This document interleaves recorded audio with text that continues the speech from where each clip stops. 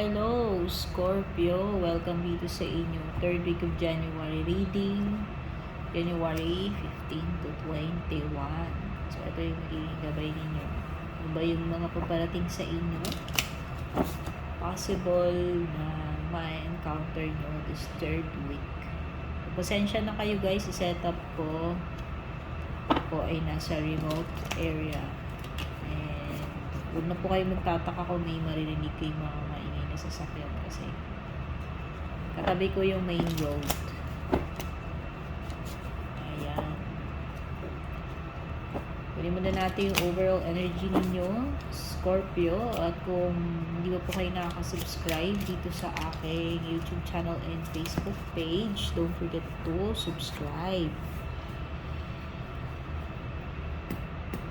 At palike and follow na rin yung ating FB page. Ano pala guys, sa mga interesado mag-book or mag-inquire about personal reading services, mag-message directly lang po kayo sa aking Facebook page. So ayan, ang main energy mo, Scorpio, you have Ace of Cups. Napakagandang energy.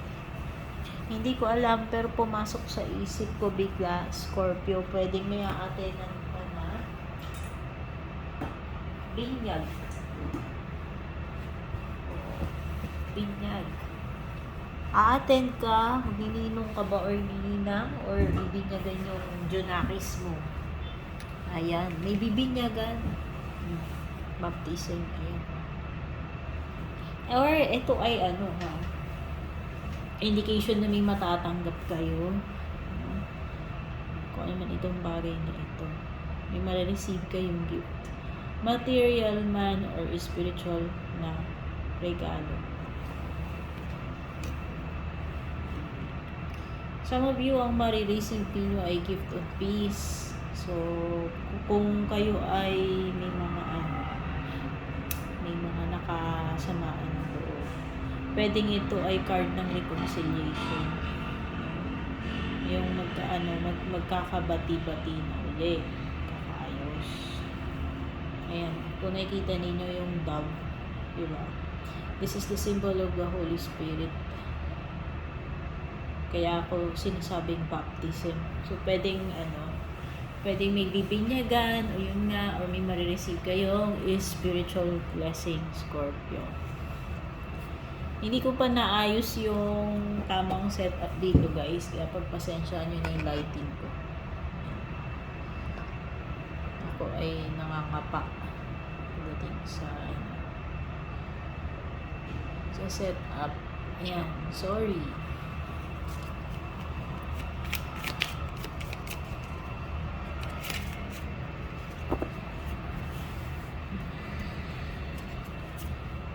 Wow, sun. Ang ganda naman. Ang ganda ng energies nyo, Scorpio. Bata. Yung iba hindi ko alam kung may marireceive kayong blessing na magkakaroon ng baby sa family.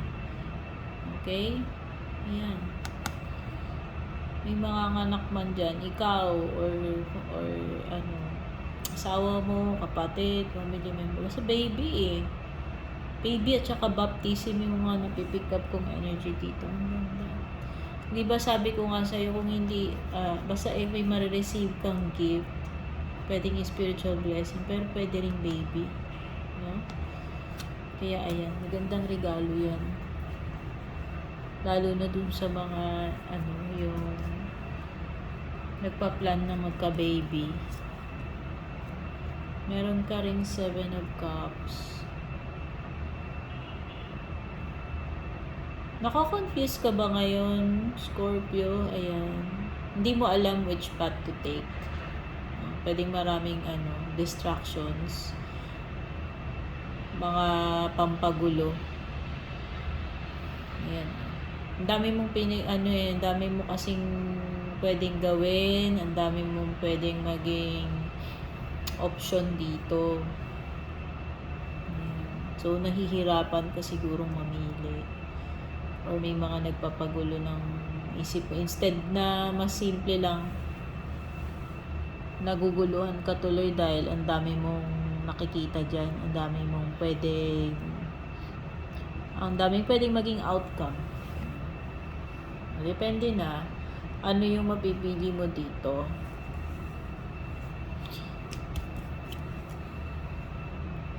Alam mo, siguro masasuggest ko sa'yo dito, trust mo na lang yung heart mo. Alin yung pinaka tinitibok ng puso mo, yun yung gawin mong pang-decide yung puso mo. O, diba, Scorpio? At least, diba, kung ano man yung mapili mo, yun talaga yung nilalaman ng puso mo, yun talaga yung gusto mo.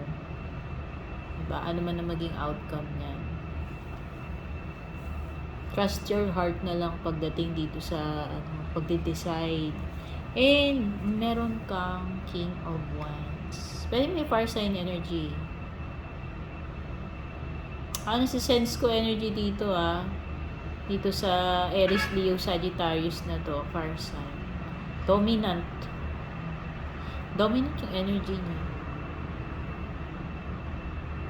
At saka siya, ang napipil ko sa kanya parang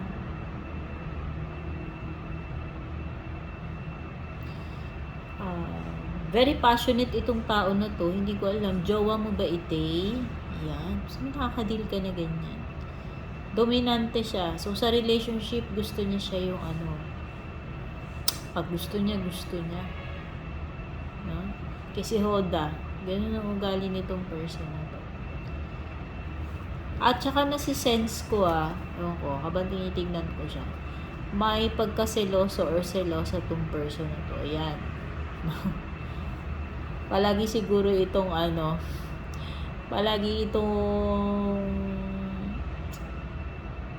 paranoid kasi nga seloso or selosa siya. Sabihin na natin mahigpit. Mga times na mahigpit kasi nga seloso or selosa. Hindi ko alam kung insecure or ganun lang talaga. Gusto lang niya talaga may pagka-possessive, parang ganun. Gusto niya siya lang, sa kanya ka lang, 'di ba? At may 5 of cups ka dito,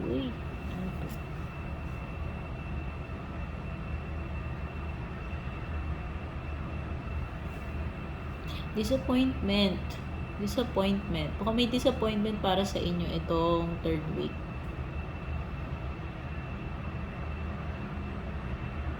Para kasi kayo may mapapalagpas na opportunity dito. Pwedeng iba sa inyo may mapapalagpas kayong opportunity. At yun yung ninyo. Very disappointed kayo sa sarili ninyo dahil napalagpas nyo yan. Yan yun na.